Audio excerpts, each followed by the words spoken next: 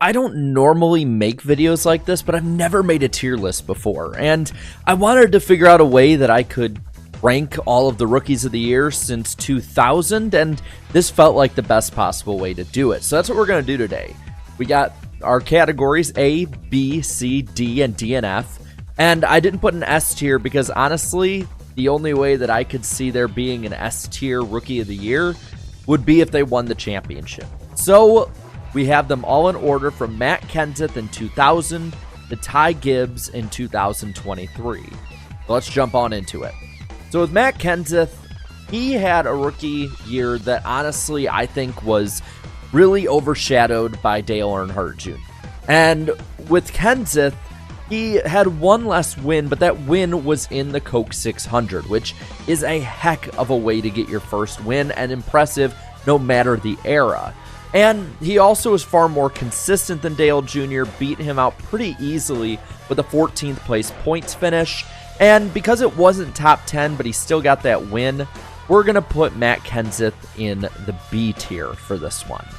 Now, Kevin Harvick, the next year in 2001, is much more interesting. He came in under probably the worst possible set of circumstances a rookie could come into. And he excelled. 2 wins, 16 top 10s.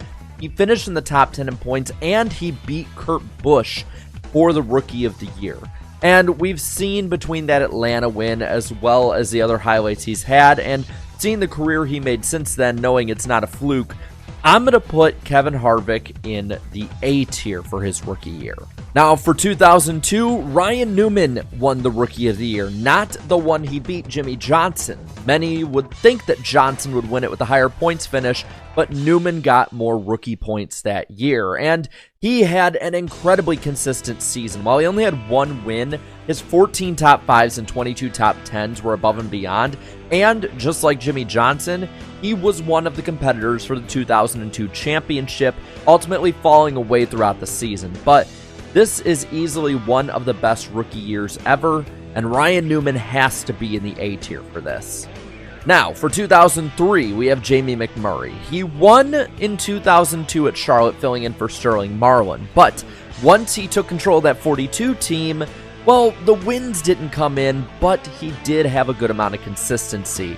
He actually finished higher in points than Matt Kenseth did in his rookie year, as McMurray would get a 13th place points finish. And with that as well, he would beat guys like Greg Biffle and Casey Mears. Either way, the 13th place points finish gets McMurray in the B tier. And after McMurray, you have Casey Kane, who honestly should have probably made the chase in 2004 and probably should have won at least 2 races. The ones that come to mind for me are Dover, where it looked like he was well on his way to winning, as well as Michigan, where the caution came out late, and that was right around when they were starting to implement freezing the field, as well as barely losing to Matt Kenseth at The Rock. 13 top 5s on the season is an incredible number to look at as well, with only 1 more top 10, and honestly, beating out guys like Brian Vickers are pretty impressive, even if Vickers didn't have as good of a career as Kane, and technically beat out Carl Edwards, even though Edwards was not going in the year as a rookie. So we're going to put Kane as well in the B tier. And then there's Kyle Busch. Busch had a 20th place points finish, and I know a lot of people will probably want me to put him in C tier because of that, but honestly, when you look at Kyle Busch's rookie year, and you look at the amount of competition at the time compared to what we would have now, 2 wins, both coming at the latter half of the year when it was clear that things were starting to click. He was 20th in points, yes, and he didn't have much rookie competition with Travis Kvapil being the one he beat, but he also had 8 DNFs. So I would straddle the line here between B and C, but the 2 wins for me would put him in the B tier. Now, his future teammate, Denny Hamlin, in my opinion, had one of the best, if not the best, rookie year of all time. Hamlin swept the Pocono races, made the chase in his first full-time season, and not only that, but he went on to actually get a top 5 in points, finishing 3rd, being one of the 5 drivers who was fighting for the Nextel Cup to the checkered flag at Homestead. And yeah, Maybe the rookie competition now doesn't look as good, but there were a lot of hot prospects with Reed Sorensen, J.J. Aley, and David Stremme, and two of the hot prospects not named there, being Clint Boyer and Martin Truex Jr., were great and, in some cases, elite drivers. So Denny has to go in the A tier immediately. Now, heading into 2007, we had Juan Pablo Montoya. Montoya was part of the open wheel invasion, and in doing so, he came in and beat out guys like David Reagan, Paul Menard, and AJ Allmendinger, who, funny enough, would probably end up being the most successful driver in NASCAR of this rookie class. But in this rookie year, Montoya was just about the only one other than Reagan that made every race, so that put him ahead to begin with. But he also did get a win. Only 3 top 5s and 6 top 10s. He had a lot of good runs that didn't end out well, but his performance at the end of the day was middle of the road. So we're going to put Montoya in the C tier. Not the B tier, the C tier. After that, we got Regan Smith. Regan Smith has zeros across the board officially, though I and a lot of other people put an asterisk next to it, as I personally think he got that win at Talladega and NASCAR made the wrong call. But either way, the books have it as 0 across the board. He missed a couple races, and honestly, this was one of the weakest rookie classes of this era, at least towards the end of the 2000s. So he did finish most of the races. I don't want to put him all the way at the bottom, but Regan Smith easily, even if he did win that race, would get the D tier. Now in 2009, let's end out the 2000s decade with Joey Logano. He didn't have as much competition as well, that this time the rookie classes were getting a bit smaller. He'd beat out Scott Speed, and he did get that rain win when it came to New Hampshire, and he did have some good runs, a few top 5s, a few top 10s. He was generally just one of the drivers there. He did have a lot of different incidents or wrecks, but at the same time, there were a lot of races you wouldn't even hear about sliced bread. I'm going to put him right at the bottom of the C tier, though. Heading into the 2010s, we get into a bit of a drought when it comes to rookie years. In order, in 2010, there was Kevin Conway, then there was Andy Lally, and Stephen Light. None of these drivers really went opposed in any way for their Rookie of the Year battles. They all won basically by default, so they will all be in the DNF. So after this long drought of bad rookie years, we had, at the time, what was our 2-time defending nationwide champion in Ricky Stenhouse Jr. And Stenhouse would be filling in the ride for Matt Kenseth, and in all honesty, he was just there as well. Yes, he got a top 20 in the point standings. Yes, he did manage a top 5 in there. And he did beat his then-girlfriend Danica Patrick for the Rookie of the Year battle. But that's basically like beating a brick wall in a foot race. So we're going to put him in the C tier. I don't think he was as bad by any means as Regan Smith, but he definitely is at this lower end of C. But after this, we start getting back into the era of good rookie years, or drivers who would end up having a really good career after their rookie year, starting in 2014 with Kyle Larson. Now, Larson didn't get a win as well, and he finished 17th in the points, missing the chase at the time. But in all honesty, he should have probably been in the chase over some of the drivers that were in there. And his performance of getting a top 10 in nearly every other race in his rookie year in Chip Ganassi equipment, by the way, that Juan Pablo Montoya and basically every other driver to that point really couldn't get that out of, was impressive. We all knew that there was a huge talent here, and he did beat some good competition in Austin Dillon, as well as other drivers who would end up either going back to the Xfinity Series like Justin Allgaier, or having a better career down the road like Alex Bowman. So we're going to put Kyle Larson up here in the B tier. After that, 2015, many of you might not remember, but it was actually Brett Moffitt that won the Rookie of the Year. He won it in 31 starts with a top 10, and it was really the death throes of MWR. Because he really didn't beat anyone, he beat Matt DiBenedetto in underfunded equipment, and really didn't do much other than one top 10. You gotta put him in the D.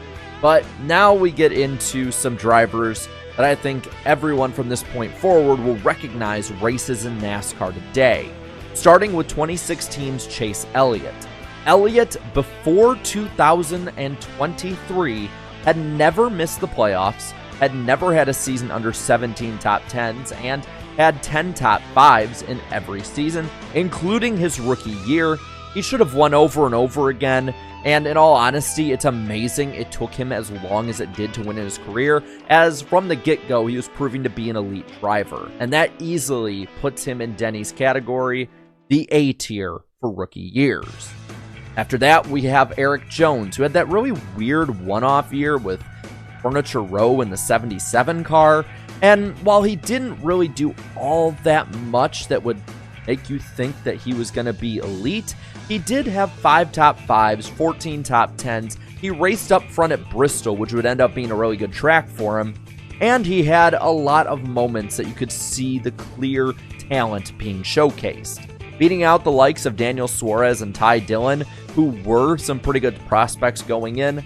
I will put Jones in the B tier, though definitely the lower end of the B. Now in 2018, we have William Byron winning the Rookie of the Year battle. Byron did not get a top 5, had only 4 top 10s outside of the top 20 in points, but to his credit, he was doing this with inferior Hendrick Motorsports equipment that was at its lowest at the time from 2018 to 19.